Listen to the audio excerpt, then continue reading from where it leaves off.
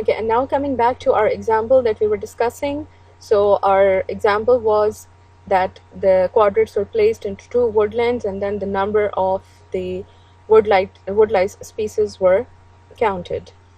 So the question is there any association between soil type and the woodlice species?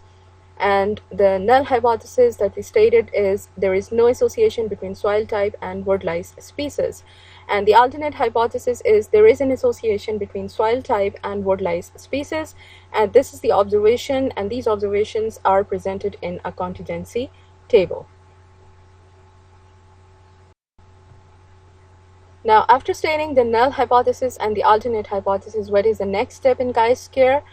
The next step is to calculate the expected frequencies. So the expected frequency of a cell in a contingency table, it is calculated by the formula which involves the multiplication of row total with column total, and then this is divided by the grand total. So TR, which is the row total, and TC, which is the column total, they are multiplied, and then their answer is divided by the grand total. So here we have our example, the example of the woodlice species in two types of soils, and these are the observed frequencies. So you can see the row totals and the column totals. So 33 is the row total of row number 1, which represents clay soil and the two woodlice species. And then 43, it represents the total of the rows, which represents chalk soil. And then 45 is the total of the column number 1, which belongs to the Oniscus species in the two types of soils. And then the 31 number, this is the sum of the column number 2, which is armadillidium in the two types of soils. So these are our row totals and column totals. And what is our grand total? Our grand total is the sum of all observations, which is 76 here. Now time to calculate the expected frequencies. So for the first cell, which is Oniscus in clay soil, so how we are going to calculate the expected frequency? 33 is the row total for this cell, and 45 is the column total for this cell. And they are multiplied, and then they are divided by 76, which is the grand total. And expected frequency is 19.5395. Then we have our next cell, which is Oniscus in chalk soil. The observed frequencies are 20, and the expected frequency is the row total, which is 43 in this case, multiplied by the column total, which is 45, and then they are divided by the grand total, which is 76. So this is the expected frequency we get for this cell. And then the next cell is the number of armadillidium in clay soil, and the observed frequency is 8. What is the row total here? The row total here is 33, and what is the column total? It is 31. So 33 into 31, and then it is divided by 76. So the expected frequency here is 13.4605. And then we have the last cell, which is armadillidium in chalk soil. The observed frequency is 23. And how we calculate the expected frequency? 43 into 31. So 43 is the row total here, and 31 is the column total here. So these are multiplied, and then their answer is divided by 76, and the expected frequency is 17.5395. So this is how we calculate our expected frequencies in case of a contingency table when we have to apply a chi-square test of independence. Now the calculation for the chi-square value.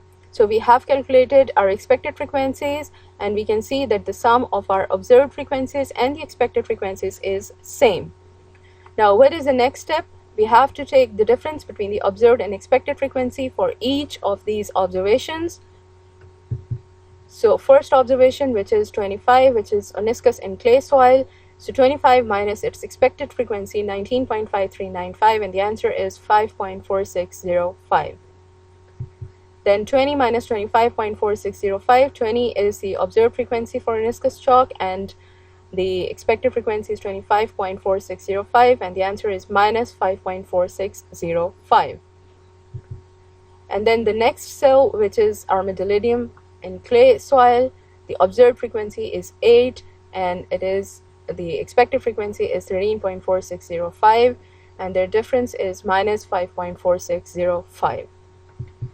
And the last cell, which is armadillidium in chalk, the observed frequency is 23, and the expected frequency is 17.5395, and the difference is 5.4605. In the next step, we are going to calculate the square of the difference between the observed and expected frequencies. So the square of the difference between observed and expected frequencies of viscous clay is 29.8171.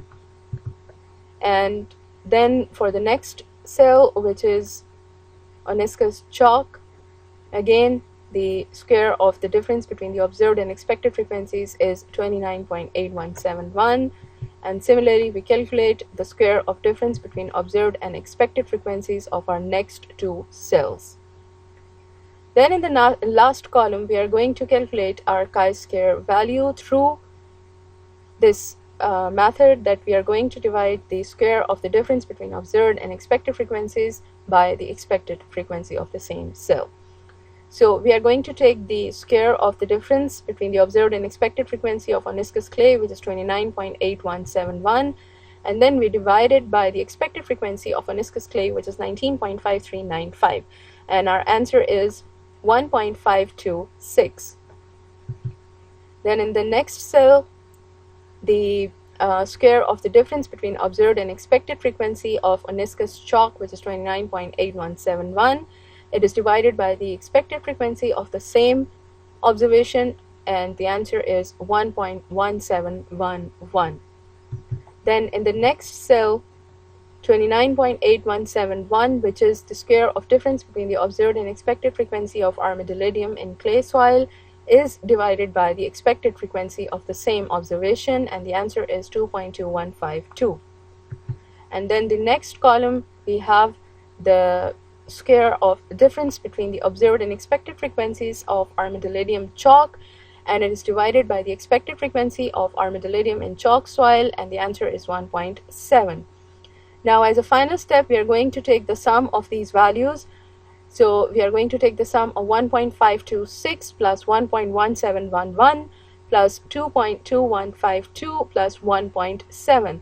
And our answer is our chi-square value, which is 6.612. So this is how we calculate the chi-square. And then what is the next step? The next step is to calculate the degree of freedom. And degree of freedom for the chi-square test of independence is calculated by taking the product of r minus 1 into c minus 1. So r is the number of rows and c is the number of columns. So how many rows do we have in this example? We have 2 rows. And how many columns do we have? We have 2 columns. So 2 minus 1 is equal to 1, and 2 minus 1 for columns is also equal to 1, and then they're multiplied and their answer is also 1. So our degree of freedom in this case is 1. So what is our next step? So our next step is to consult the chi-square distribution table for the degree of freedom 1. So what is the first probability level that we are going to check? Obviously it is 0.05, which is the first level of critical probability, and our table value is 3.841. So what was our calculated value of chi-square? This was 6.612. So which one is greater? So obviously our calculated value is greater than the table value. So what we are going to do with the null hypothesis, are we going to accept it or reject it? So we are going to accept our null hypothesis. We are going to reject our null hypothesis in favor of the alternate hypothesis, because our calculated value is greater than the table value, which means that the probability of our null hypothesis to be true is less than 0.05. And the probability for our null hypothesis to be false is greater than 0.95. Therefore, we are going to reject the null hypothesis and we accept the alternate hypothesis. Now, what is the next step? We want to check that whether our result is significant at the next level of critical probability or no. So what is our next level of critical probability, or what is our next level of significance? The next level of significance is 99%, or the critical probability of 0.01. And what is the value here? It is 6.635. So this value is pretty close to our calculated value. So which one is greater? Our calculated value or the table value? So in this case, our table value is greater than our calculated value. Although they are close, but still our table value is greater than our calculated value. So this also emphasizes again that why we need to take as maximum number of digits possible after decimal, because we want to have an accurate result. So this is how we get our results. So what we are going to say, are we going to say that our results are highly significant or no? No, our results are not highly significant because our probability at this level is not less than 0.01. So our probability is less than 0.05, but it is not less than 0.01. So our results are not highly significant. So once we have non-significance at the critical probability level of 0.01, then there is no need to consult the next level of critical probability, which is 0.01, because our value is always going to be less than that. So our calculated value, as you can see, is less than the table value at 0.01. So once we don't get significance at 99% level, there is no need to go for the next level of significance because it's always going to be this. So our results are significant at 95% level alone. So we reject the null hypothesis and accept the null hypothesis, the alternate hypothesis. Now it is time to state our results, and the result is there is significant association between soil type and wood lice species. The chi-square value is 6.612 and the probability is less than 0.05. And we are stating that our results are just significant. We are not saying that our results are highly significant or they are very highly significant, because they are not significant at those levels. So our results are just significant. A probability of our null hypothesis to be true is less than 0.05, but it is not less than 0.01 or 0.001.